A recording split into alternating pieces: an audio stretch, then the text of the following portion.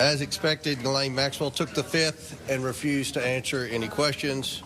This obviously is very disappointing. We had many questions to ask about the crimes she and Epstein committed, as well as questions about potential co-conspirators. It is very clear that she used this opportunity to not only campaign for clemency, as she has been doing, but also to send a direct message that she is hoping that people who were sitting in the deposition will transmit to the President of the United States, which is that her silence can be bought through clemency. It is very clear that that is the message that she is trying to send directly to Donald Trump himself. Welcome back to Power Play. Ghislaine Maxwell, the longtime confidant and former girlfriend of accused sex trafficker Jeffrey Epstein, refused to answer questions in a closed-door appearance before U.S. Congress today. She invoked her Fifth Amendment right against self-incrimination, with her lawyer saying she would be willing to cooperate if U.S. President Donald Trump grants her clemency. President Trump continues to downplay Epstein developments. He's also unleashing on Bad Bunny's Super Bowl halftime show. And to round it out, when I asked Canada's outgoing ambassador, Kirsten Hillman, whether after a year of meeting with Trump and his officials, she thinks he actually wants Kuzma to stick around, here's what she said.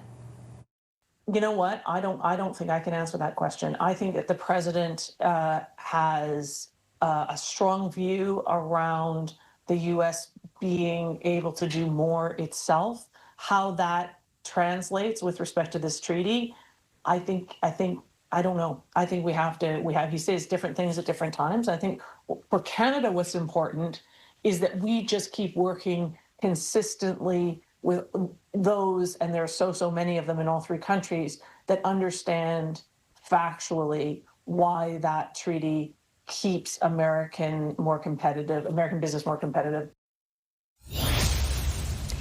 Here to help walk us through what is unfolding south of the border is the Atlantic's David Frum. Hi, David. Great pleasure to have you back on the show. Thanks for making the time.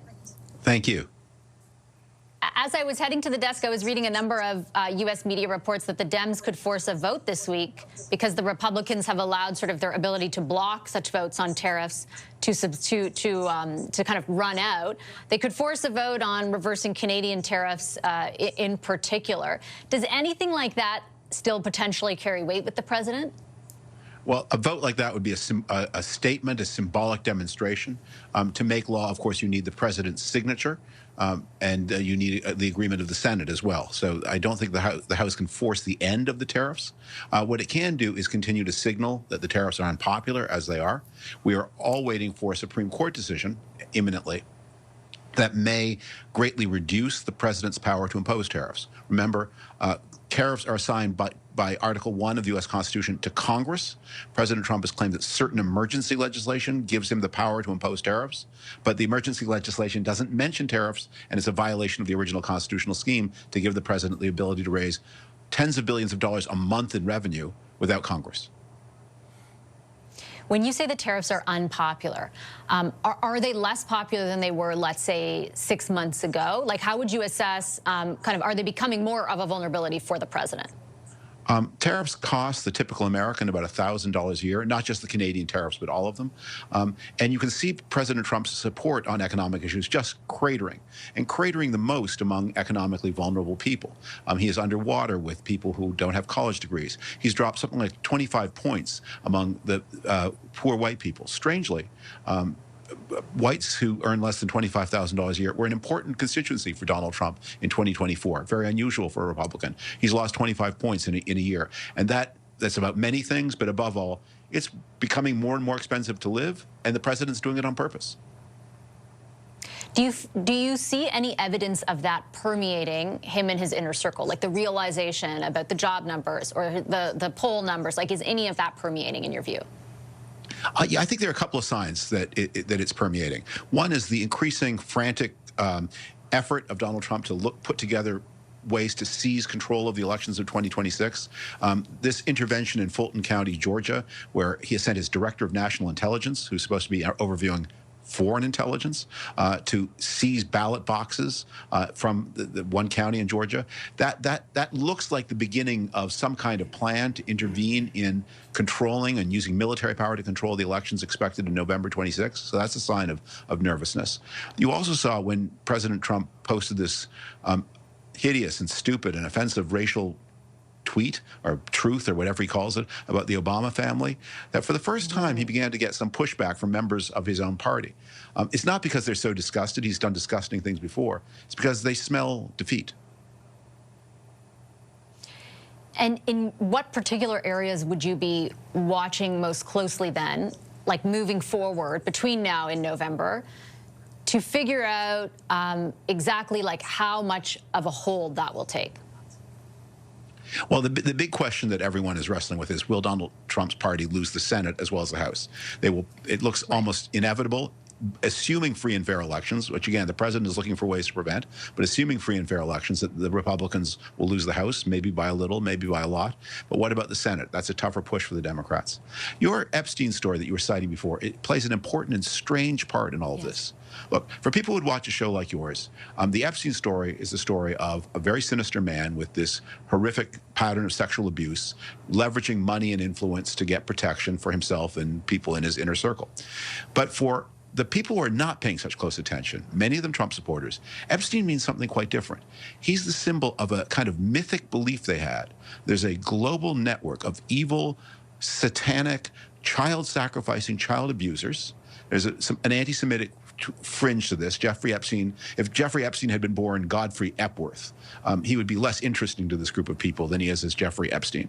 But in this myth that is believed by many of Trump's closest supporters, Donald Trump is the hero of the story, the one man who is single-handedly turning back the forces of child abuse. And the revelation that actually Donald Trump and his cabinet and his sub-cabinet are in it up to their eyeballs, that one of Steve Bannon, his first campaign manager in 2016, was one of Bannon's Epstein's closest collaborators. This is not just a scandal, it's also a shock to a religious belief.